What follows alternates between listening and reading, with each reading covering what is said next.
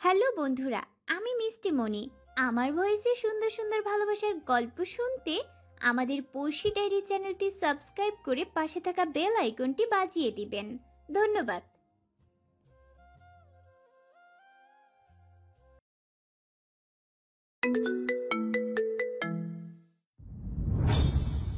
কিছু সময় আগে আমার বয়ফ্রেন্ড আমাকে তার ব্লক লিস্টের সদস্য করে দিল। তার ভাষ্য মতে আমার অপরাধ আছে একটা, আর তা হলো আমি গরিব ঘরের মেয়ে, অথচ প্রেমের শুরুতে হাতটা ধরে বলেছিল উঁচু নিচু আমি মানি না, আমি শুধু জানি তোমাকেই ভালোবাসি আর তোমাকেই ভালোবাসতে চাই। তুমি যদি আমায় ফিরিয়ে দাও তাহলে ভাববো যে বড় ঘরের ছেলে হওয়াটাই আমার দোষ, ছেড়ে দিব এ সংসার, তবুও আমায় গ্রহণ করো তুমি। সদ্য পিতা হারানো আমিটা যেন গলে গেলাম। একটা শক্ত হাতের প্রয়োজন ছিল, আমার দিকে বাড়ানোর হাতটা চেয়েও ফিরিয়ে দিতে পারলাম না। নিষ্ঠুর এ মন বলল যে তোর জন্য নিজ সংসার ছাড়তে চায়, সে আর যাই হোক তোকে কখনোই ছাড়বে না। আমি হতভাগী, ভুলেই গিয়েছিলাম পৃথিবী কঠিন অদলে তৈরি। এ রজনীতে টাকাটাই সব, প্রয়োজন ছাড়া কেউ কারো নয়, প্রয়োজনেই মানুষ হয় আপন। যেমনটা আমি তাকে প্রয়োজনে গ্রহণ করেছিলাম, তবে কখনোই ছাড়তে চাইনি, কিন্তু সে এক মুহূর্তে বুঝিয়ে দিল আমি তার প্রয়োজনে প্রিয়জন ছিলাম। লাইনগুলো লিখে ডায়েরিটা বন্ধ করে দিল হুর। সবটাই তিক্ত হয়ে গেছে তার নিকট।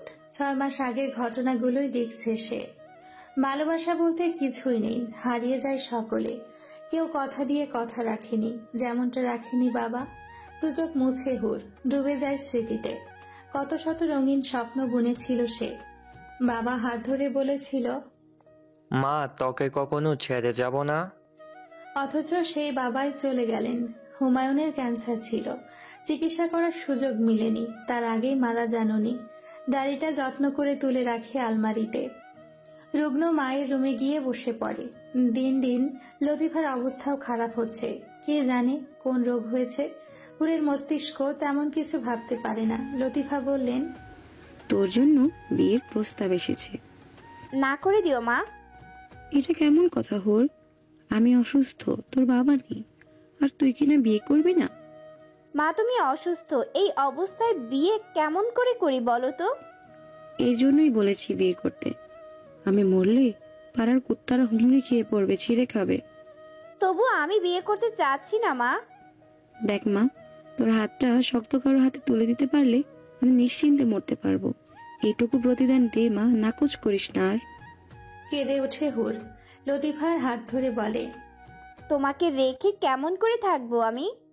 এর জন্যই তো কাছাকাছি বিয়ে দিব, যাতে যখন ইচ্ছে আসতে পারিস। মানে? জমিদার বাড়ি থেকে প্রস্তাব এসেছে।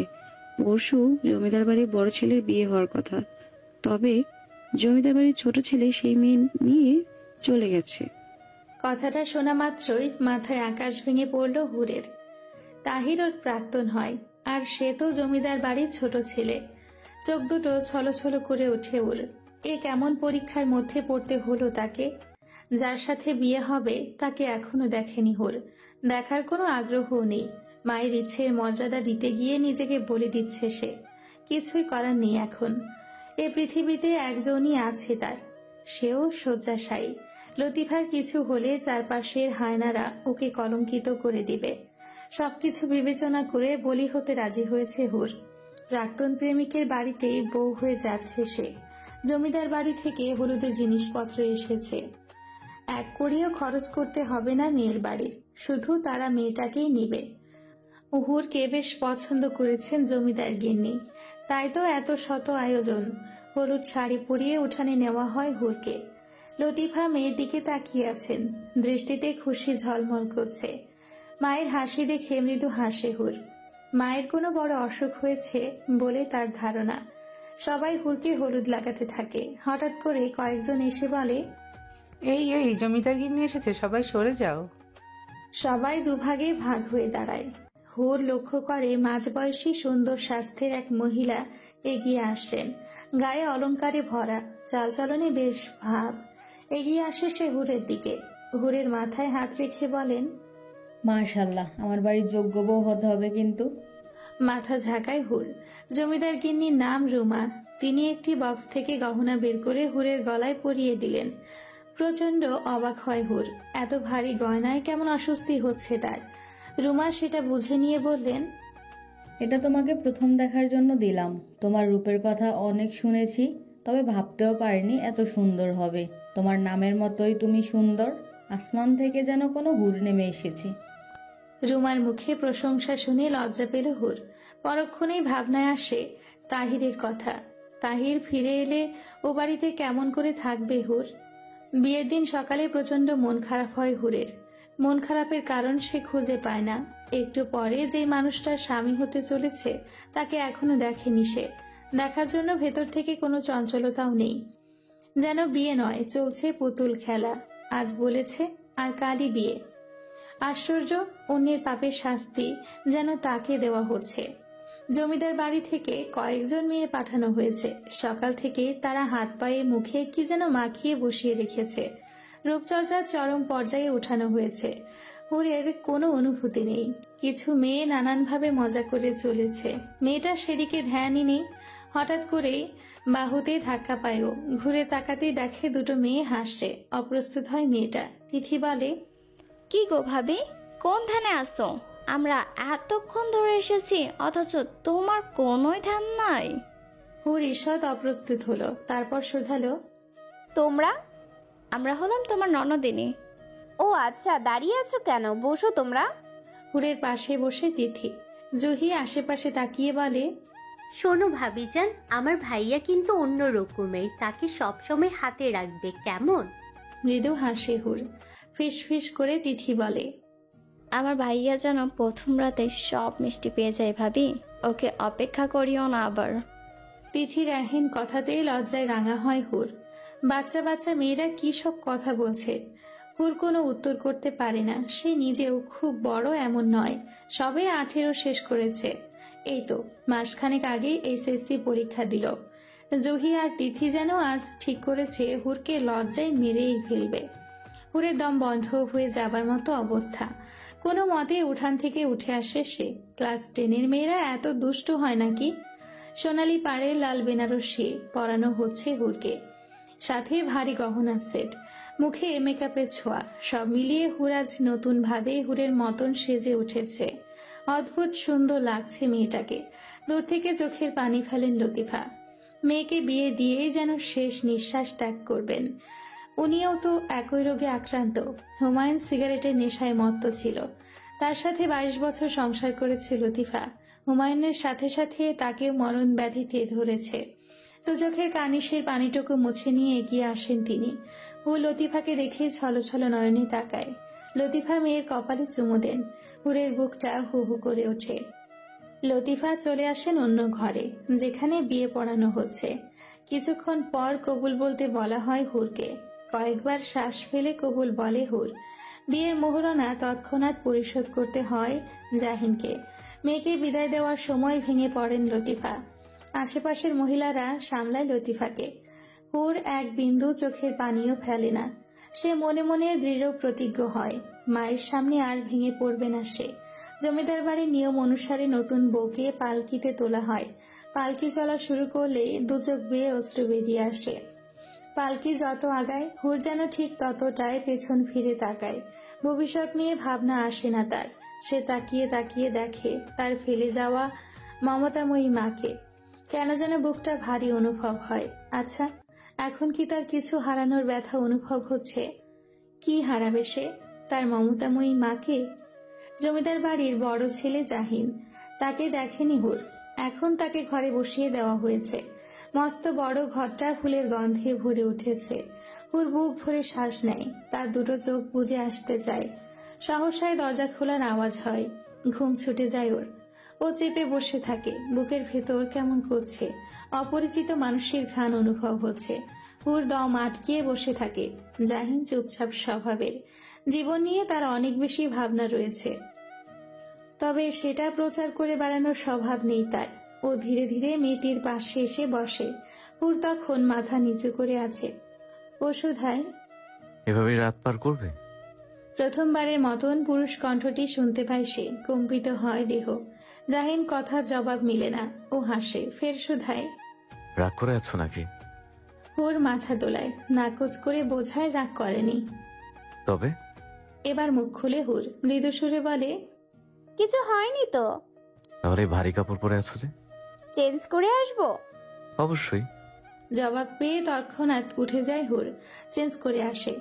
এসে দেখে জাহিন নিজেও পোশাক পরিবর্তন করেছে।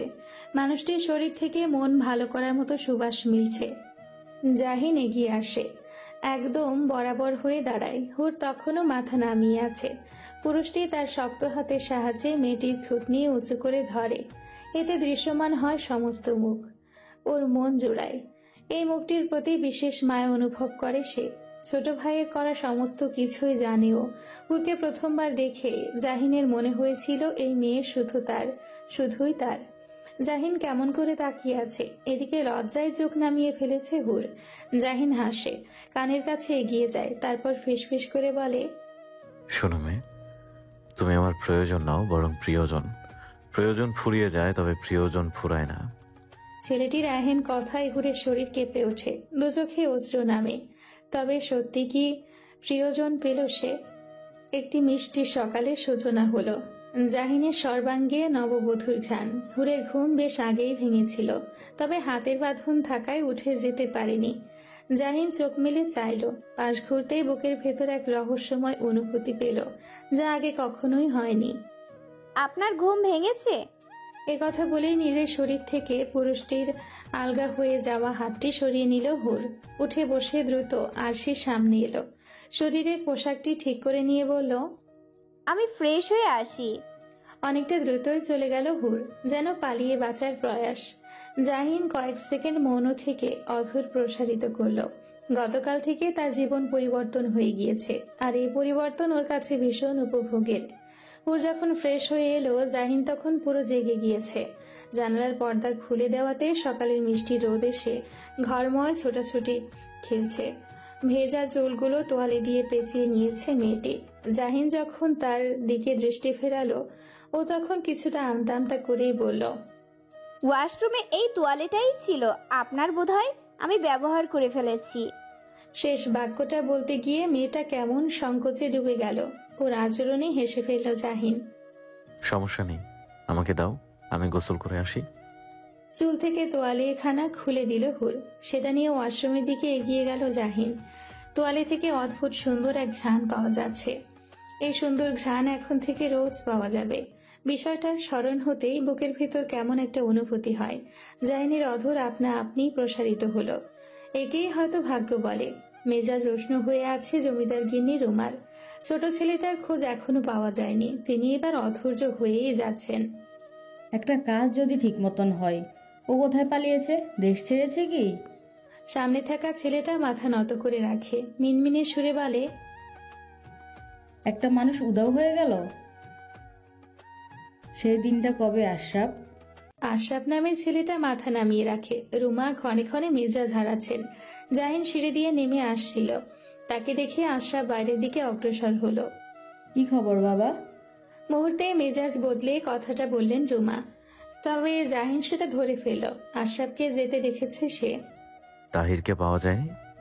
রুমা যেন কথাটা এড়িয়ে যেতে চাইছেন, দৃষ্টি ঘুরিয়ে বললেন, হুর কোথায়? সাথে এলো না? একটু পরে আসবে, তার আগে বলুন তাহিরকে পাওয়া যায়নি। যায়নি তো কি হয়েছে? পাওয়া যাবে, দেশ ছেড়ে তো পালায়নি। সেটা ঠিক। বলেই সামনের দিকে তাকালো। হুরকে নামতে দেখা যাচ্ছে। এই বিষয়টি আর লম্বা হলো না। জাহিন আর রুমা দুজনেই মেয়েটির দিকে দৃষ্টি দিয়ে আছে। সদ্য গোসল করে নামা হুরকে হুরের অনুরূপী দেখাচ্ছে। মাশাআল্লাহ। কাছে এগিয়ে এসে কথাটা বললেন রুমা। হুর অনেকটা লজ্জা পেল। একবার জাহিনের সাথে দৃষ্টিও মিলে গেল। ও চট করে দৃষ্টি ফিরিয়ে অন্য পাশে চাইল। সবকিছু মেনে নিয়েই বিয়েটা করেছে হুর, তবে কোথাও একটা সংকোচ রয়েই গিয়েছে। বুকের ভেতর হু হু এখনো করে। তাই কিনা দুদিন ধরেই খাওয়া দাওয়া নেই। ডাইনিং এ নানা রকম খাবার সাজানো। হুর চেয়ে দেখছে শুধু, তবে রুচি আসছে না। জাহিন নরম সুরে বলল, খাবারগুলো পছন্দ হয়নি? চমকালো মেয়েটি। অন্যমনস্ক ছিল বিধায় জাহিনের হঠাৎ বলা কথাগুলো সমস্ত শরীরে কেমন একটা শিরশিরে হাওয়ার মতন মনে হলো। জি হয়েছে। তবে খাচ্ছ না কেন? আমার আসলে খেতে ইচ্ছে করছে না। অল্প একটু খাও, আজকে সারাদিনও খাবার খাওয়ার সময় পাবে না। নিচ থেকে পরোটা আর চিজ অমলেট প্লেটে তুলে দিল জাহিন। ওর এমন বিনয় দেখে মেয়েটির বুকের ভেতর উষ্ণ একটি অনুভূতি এলো।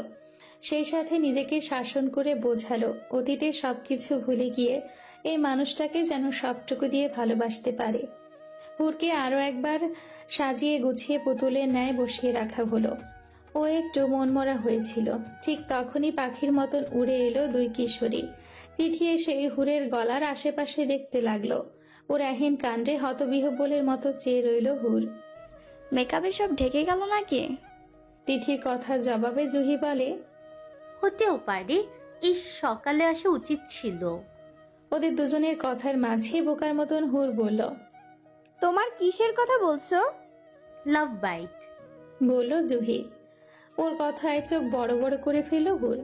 কেমন একটা লজ্জা লাগছে। তিথি ও লজ্জা বাড়াতে কানের কাছে ঘেঁষে বলল, বলো, তোমাদের প্রথম রাতের রোমান্স কেমন হলো? আমাদের কাছে সব শেয়ার করতে হবে। ভাইয়া খুব রোমান্টিক, রাইট? হুরের যে কি অস্বস্তি হচ্ছে।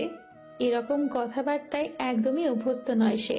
ও চোখে দৃষ্টি নত রাখে। তবে এই দুই কিশোরীও থেমে থাকার পাত্রী নয়। নাছোড় বান্দা হয়ে একের পর এক প্রশ্ন করতে থাকে। অথচ হুর শুধু লজ্জায় মিইয়ে যায়। আশেপাশে চোখ বোলায় যদি কাউকে পায় যে তাকে এই দুই কিশোরীর হাত থেকে রক্ষা করবে। কিন্তু হায়, পরিচিত কারোরই দেখা মিলে না। তোরা এভাবে হাসছিস কেন? হুট করে জাহিনীর গলাটা শোনা গেল। এতে করে দুই বোন কেমন জড়সড় হলো। ঠিক তারপরেই মেকি হাসি মিশিয়ে তিথি বলল, কিছু না তো। হ্যাঁ ভাইয়া, আমরা এমনি হাসছিলাম। একই সুরে বলল জুহি। এই দুই বোনকে বেশ ভালো করেই চেনা আছে জাহিনীর। বংশের সবাই এদের দুজনকে দুষ্টু বলেই জানে, তাই এরা এমনি হাসছে। এ কথা বিশ্বাস করার মতন না। জাহিন ভালো মতন দুজনকে পরখ করে নিল। তারপর এগিয়ে এসে দু বোনেরই চুল টেনে ধরল। আমার সাথে মিথ্যা বলা? ভাইয়া ব্যথা পাই তো, সত্যি এমনি হাসছিলাম। জহি এমন ভাবে বলল কথাটা যেন কান্নাই করে দিবে। একই সুর ধরল তিথিও। আমরা কিছুই করিনি। বিশ্বাস না হলে ভাবিকে জিজ্ঞাসা করো। ওর দিকে অসহায় নয়নে তাকালো দু বোনই। ও একটু আমতা আমতা করেই বলল, ব্যথা পাচ্ছে তো, ছেড়ে দেন। এ কথার পরে হাতখানা আলগা করলো জাহিন। অমনি দু বোন পালিয়ে গেল। ওদের দিকে দৃষ্টি ফিরিয়ে জাহিন বলল, দুটোতেই দুষ্টু। ওর কিছু বলল না। সে উঠে দাঁড়িয়েছিল। পুনরায় নিজের আসনে বসলো। ওর ঠিক পাশটায় বসলো জাহিনও। আমি জানি ওরা খুব দুষ্টু। তোমাকে জ্বালিয়ে? না, জ্বালায়নি। দৃষ্টি নত রেখেই বলল হুর। জাহিন মাথা নাড়িয়ে বলল, জ্বালাইনি। তবে কি বলছিল ওরা? এই প্রশ্নে মেয়েটির গলা কেমন শুকিয়ে এলো। কিভাবে বলবে কথাটা? ও একটুখানি অস্বস্তির মধ্যে ডুবে গেল। তবে মিথ্যে বলতে পারল না। বলছিল আপনি রোমান্টিক কিনা। মেয়েটির নজর অন্যদিকে ঘোরানো, নতুবা এ কথা বলতে পারত না ও। জাহিন ভেতরে ভেতরে হাসলো। কিছুটা কাছাকাছি হয়ে ধীর গলায় বলল, তুমি কি বললে? হুরের বুকের ভেতর একটা আন্দোলন শুরু হয়েছে। মানুষটার উপস্থিতি অনুভব হচ্ছে। ও কেমন শিউরে উঠল। জাহিন পুনরায় বলল, কি হলো, বলনি কিছু? তোমার বর খুব আনরোমান্টিক, তাই না? একটা লজ্জা এসে মেয়েটির গাল স্পর্শ করে গেল। ওর অমন মুখশ্রী দেখে শব্দহীন হাসলো জাহিন। এই সময়টা ওর জন্য গুরুত্বপূর্ণ। ও মন থেকে চাই এই সুন্দর সময়টা দীর্ঘ হোক, কারণ নজর না লাগুক। রোমা তখনও অশান্তির মধ্যে দিয়ে যাচ্ছেন। তাহিরের খোঁজ পাওয়া যাচ্ছে না। ছেলেটা কোথায় হারালো কে জানে। ছেলে অন্যায় করে পালালেও মায়ের মন কাঁদতেই থাকে। তিনি এক অসহ্য অনুভূতির মধ্যে দিয়ে যাচ্ছেন। এই যন্ত্রণা কাউকে বলাও যায় না, আবার সহন করাও যায় না। অশান্তির এই মুহূর্তে স্বামীকে খুব মনে পড়ে ওনার। উনি ছুটে আসেন নিজের কক্ষে। একটা চাপা কান্না আটকিয়ে দেওয়ালে টাঙানো স্বামীর বড় ছবিখানা নামিয়ে আনেন। ধুলো যদিও জমেনি, তবুও হাত দিয়ে মুছে নেওয়ার মতন করে বলেন, এই কোন যন্ত্রণা এলো? আমি কেমন করে সব সামাল দিব? আপনি দেখেন না আমি কত বড় বিপদে? কিচ্ছু ভালো লাগে না আমার। বুকের ভেতরে যন্ত্রণাটা ধরে রাখতে ব্যর্থ হন তিনি। তাই তো দুটি চোখ বেয়ে ক্রমাগত অশ্রুর বর্ষণ হয়। তিনি কাঁদতে থাকেন। অনেকটা সময় কাঁদার পর একজন এসে খবর দিয়ে যায় মেয়ের বাড়ি থেকে লোক এসেছে। লোক বলতে হুরের মা আর চাচারা, যারা এতদিন সম্পর্ক রাখার চেষ্টা না করলেও হুরের বড় ঘরে বিয়ে হওয়াতে দরদ একেবারে উতলে পড়ার মতন সমস্ত দায়িত্ব ঘাড়ে নিয়ে নিয়েছেন। অসুস্থ মাকে দেখে হুরের বুকের ভেতরটা কান্নায় ভেঙে আসে। ও এগিয়ে এসে মা নামক মানুষটিকে জড়িয়ে ধরে, কেঁদে ফেলে শব্দ করে। এভাবে কাঁদলে আমার মেয়ের সাজ নষ্ট হয়ে যাবে তো। দেখি মা, আমার হুর, টাকা তুই। কাঁদতে কাঁদতে তাকায় হুর। এক অদ্ভুত রূপ খেলা করছে তার মুখশ্রীতে। কিছু মেয়ে থাকে যারা কাঁদলেও সুন্দর লাগে, হুরের বিষয়টিও তেমন। মেয়েটি কাঁদলেও সুন্দর লাগে। দূর থেকে হুরের এই কান্না ভেজা মুখশ্রী দেখতে দেখতে হঠাৎই জাহিনের মনে হলো এই কান্না ভেজা মুখটা সুন্দর লাগলেও বুকের ভেতর কোথাও একটা দংশন ঘটাচ্ছে। ও নিজের কাছেই শপথ করলো নিজের সবটুকু দিয়ে এই মেয়েটির জীবন থেকে কান্নার দলগুলোকে একটু একটু করে মুছিয়ে নিবে, যাতে কোনো অশুভ ছায়া এসে মেয়েটির চোখে জল না আনতে পারে। কান্না করতে করতে হঠাৎই ভরাট বুদ্ধিদীপ্ত গালে চাপদাড়ি যুক্ত অপূর্ব সুন্দর মানুষটার দিকে নজর যায় হুরের। ও নাক টেনে কান্না থামায়। জাহিন এগিয়ে আসে, সালাম জানায়। লতিফার চোখে অশ্রু এসে যায়। তিনি হাত বাড়িয়ে ছেলেটার বাহু স্পর্শ করেন। বাবা, মেয়েটাকে দেখে রেখো। জাহিন শুরুতেই কিছু বলে না, ও বরং নজর ঘুরিয়ে হুরের দিকে তাকায়। কান্না দমকে মেয়েটির হেঁচকির মতন উঠে গিয়েছে। ছেলেটা অভিযোগের মতন করে বলে, আন্টি, আপনার মেয়ে তো কান্নাকাটি শুরু করেছে। সবাই তো ভাববে আমার কাছে সুখে নেই। একদিনই বোধহয় তিক্ত হয়ে গেছে। লতিফা মেয়ের দিকে নজর ফেরান। চোখ দুটো লাল হয়ে আছে। তিনি একটু শাসনের মতন করে বলেন, তাই তো, বোকা মেয়েটা কিভাবে কাঁদছে। তুমি একটু মানিয়ে নিও বাবা। জাহিন হাসে, হুরের দিকে দৃষ্টি রেখে বলে, কোনো চিন্তা করবেন না আন্টি। কবুল বলার সাথে সাথেও আমার দায়িত্ব হয়ে গেছে। এই দায়িত্ব আমি মাথায় তুলে রাখবো। অন্য কেউ কেন, ও চাইলেও এই দায়িত্ব থেকে আমি সরব না, কখনোই না। হুরের ছোট্ট একটা ঘর রয়েছে, তবে বেশ পরিপাটি করে গোছানো। মেয়েটার মাঝে কোনো সংকোচ দেখা যাচ্ছে না। ও খুব যত্নের সাথে জাহিনের ব্যাগপত্র তুলে রাখলো। বাইরে থেকে কথা শেষ করে এসে জাহিন সেটাই দেখলো। সাধারণভাবেই এমন পরিবেশে কখনোই তার থাকা হয়নি। একটু অসুবিধা হবে মনে হচ্ছে। ওর মুখশ্রী দেখে হুর শোধালো, কিছু ভাবছেন? ভাবছি তো। কি? তোমার কথা। একটা মৃদু হাসিতে মেয়েটির অধর প্রসারিত হলো। জাহিন এগিয়ে এসে খাটে পা তুলে বসলো। একটা বিষয় ভালো, ঘরটার মেঝে পাকা করা, নতুবা মানিয়ে নিতেও খুব কষ্ট হতো। আপনার ব্যাগপত্র ওখানটায় রাখা। ঘরের এক কোণে ছোট্ট একটা পুরাতন স্টিলের আলমারি রয়েছে, সেখানটায় নির্দেশ করলো হুর। জাহিন একবার চোখ বুলিয়ে হুরের দিকে নজর ফেরালো। আমরা এখানে কদিন থাকবো? প্রশ্নটা করলো হুর। জাহিন একই সুর ধরে বলল, তোমার যতদিন ইচ্ছা হবে। আমার ইচ্ছে? কিন্তু আপনার অসুবিধা হবে না? সত্যিকার অর্থে কিঞ্চিত অসুবিধা হবে, তবে সেটা প্রকাশ করলোও না, বরং হেসে বলল, তোমার অসুবিধা হবে? এহেন প্রশ্নে মেয়েটি তবদা খেলো যেন, জবাব নিতে পারল না। জাহিন হেসে বলল, বোকার মতন কথা বললে অসুবিধা কেন হবে? না, ঠিক তা নয়। আপনি তো এমন পরিবেশে অভ্যস্ত নন। কেন, আমি কি এলাকার মানুষ নই? হলেও আপনি তো এখানে থাকতেন না, শহরেই ছিলেন। তাছাড়া জমিদার বাড়ির কাছে আমাদের এই কুড়ে ঘর কিছুই না। জাহিন কিন্তু জবাব দিল না। ও একটু সময় নিল, তারপর মাথা দোলালো। এহেন আচরণে হুর প্রশ্ন নিয়ে চেয়ে রইল। এবার জাহিন বলল, সেটা ঠিক বলেছ। আপনি তাহলে আজ থেকে কাল চলে যেন, আমি কটা দিন থেকে যাই। মনে হচ্ছে আমাকে তাড়াতে চাচ্ছ। আমি সেটা বোঝাতে চাইনি, কিন্তু মনে তো হচ্ছে। আপনার অসুবিধা হবে ভেবে বলেছি। মাথাটা নত করে বলল। জাহিন ভালো মতন মেয়েটাকে দেখতে লাগলো। তার থেকে অনেকটা ছোট এই মেয়ে। প্রথম যখন দেখেছিল তখন তো আরো ছোট ছিল, এখন তবু পরিপক্ক একটা ভাব এসেছে। সাধ্য মতন আয়োজন করেছেন লতিফা, তবুও তিনি সন্তুষ্ট হতে পারছেন না। এত এত খাবার দেখে হুর বলল, এত সব কেন করেছো? মেয়ের দিকে তাকিয়ে লতিফা বলল, বোকার মতো কথা বলছিস কেন? এত সব কোথায়? জমিদার বাড়ির তুলনায় এগুলো কিছু? কিন্তু আমাদের তুলনায় তো অনেক কিছু মা। হুর পুনরায় চোখ বোলালো। দুপুরের খাবারের আয়োজন এত বিশাল যে একটা বড় টেবিলেও জায়গা হবে না। ও মায়ের দিকে সরল চোখে তাকায়, তারপর হুট করেই নজরে এলো মায়ের কানের দিকটায়। সেটা দেখে আঁতকে উঠল ও। মা, তোমার কানের দুল কোথায়? প্রতিভা একটু চমকালেন, কানে হাত দিলেন, তারপর আমতা আমতা করে বললেন, আছে, খুলে রেখেছি। হুর যেন বিশ্বাস করতে পারল না, বিশ্বাস করার মতনও না। ও মায়ের দিকে ছলছল নয়নে চাইল। দুল বিক্রি করে দিয়েছো? এ কথায় লতিফা মেয়ের দিকে দৃষ্টি ফেরালেন, হাত দ্বারা গাল স্পর্শ করে বললেন, ছেলেটা প্রথমবার এবারে এসেছে, একেবারে যাত তো আর খাওয়ানো যাবে না। মেয়েটির চোখ থেকে জলের বিন্দু নেমে গেল, টুপ করে পড়ল মেঝেতে। হাতের সাহায্যে দু চোখ মুছে নিয়ে বলল, এত বড় ঘরে আমাকে বিয়ে কেন দিতে গেলে মা? এমন কেন বলছিস? তুমি আজ দুল বিক্রি করেছো, কাল আবার কি বিক্রি করে খাওয়াবে বলো তো? এমনটা বলতে নেই মা। হুরের কান্নাটা বাড়তে লাগলো। মেয়েকে বুকে টেনে নিলেন লতিফা, পিঠে হাত বুলিয়ে দিতে দিতে বললেন, তুই সুখী থাক মা, কোনো দুঃখ তোকে স্পর্শ না করুক। এ কথার বিপরীতে মেয়েটার বুক যে আরো ভারী হয়। ও হয়তো সুখে থাকবে, তবে কোথাও একটা দোটানা যে রয়েছে। তাহির যখন ফিরবে তখন বিষয়টা কেমন হবে, কিভাবে সবকিছু সামাল দিবে হুর?